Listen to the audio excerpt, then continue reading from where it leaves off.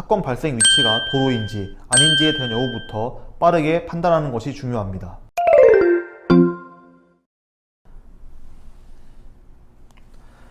안녕하세요. 최석호 변호사입니다. 코로나 방역 조치가 완화되면서 각 경찰청에서는 음주운전에 대한 단속을 강화하겠다고 밝혔습니다.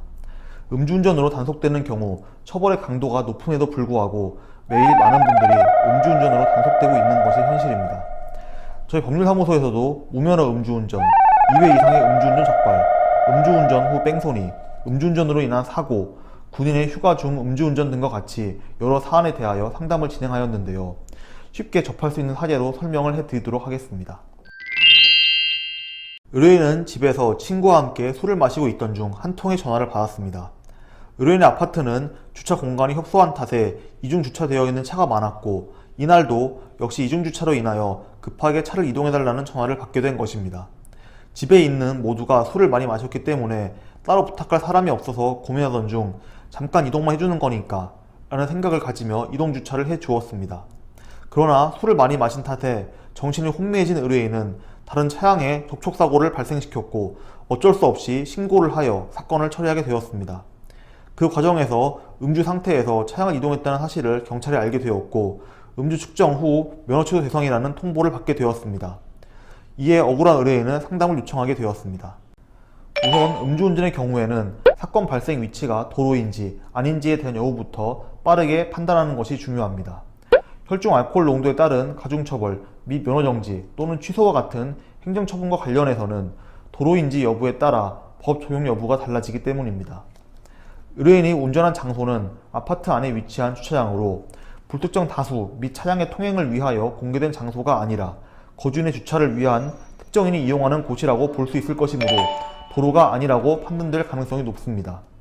결국 첫 번째 사례에서의 의뢰인은 도로가 아닌 곳에서 음주운전을 한 것이기 때문에 면허 취소의 행정처분 대상이 아니라고 볼 수 있을 것입니다. 의뢰인은 회식 후 대리운전을 해서 집에 왔습니다.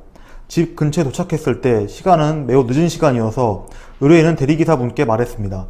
기사님, 시간도 많이 늦었고 골목길이 많이 좁아서요. 여기서부터는 사람도 없고 해서 제가 그냥 하겠습니다. 라고 말했고 기사님은 골목길 입구까지만 운전을 해주고 자리를 이동했습니다. 의뢰인은 자리를 이동해서 골목길을 지나 주차장으로 진입했고 어렵게 주차를 완료한 순간 경찰차 한 대가 차량 앞에 정차를 했습니다. 경찰은 음주운전 민원이 들어왔다면서 현장에서 블랙박스를 조사하고 운전 경위를 물어보았습니다. 저는 혈중 알코올 농도 0.06%가 나왔고 이 일로 인하여 벌금형을 받게 되었습니다.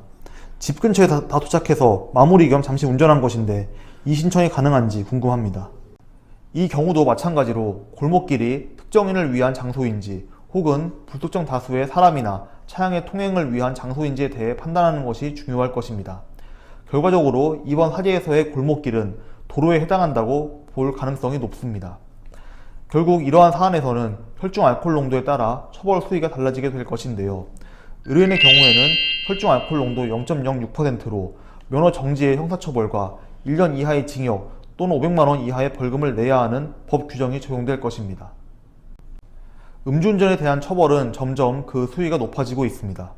사고가 발생한 장소가 도로가 아니라고 단정적으로 판단하기에는 힘듭니다.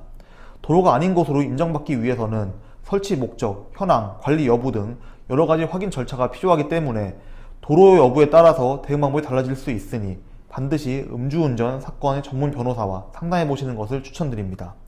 하지만 무엇보다 음주운전 자체를 하지 않는 것이 좋다고 생각합니다.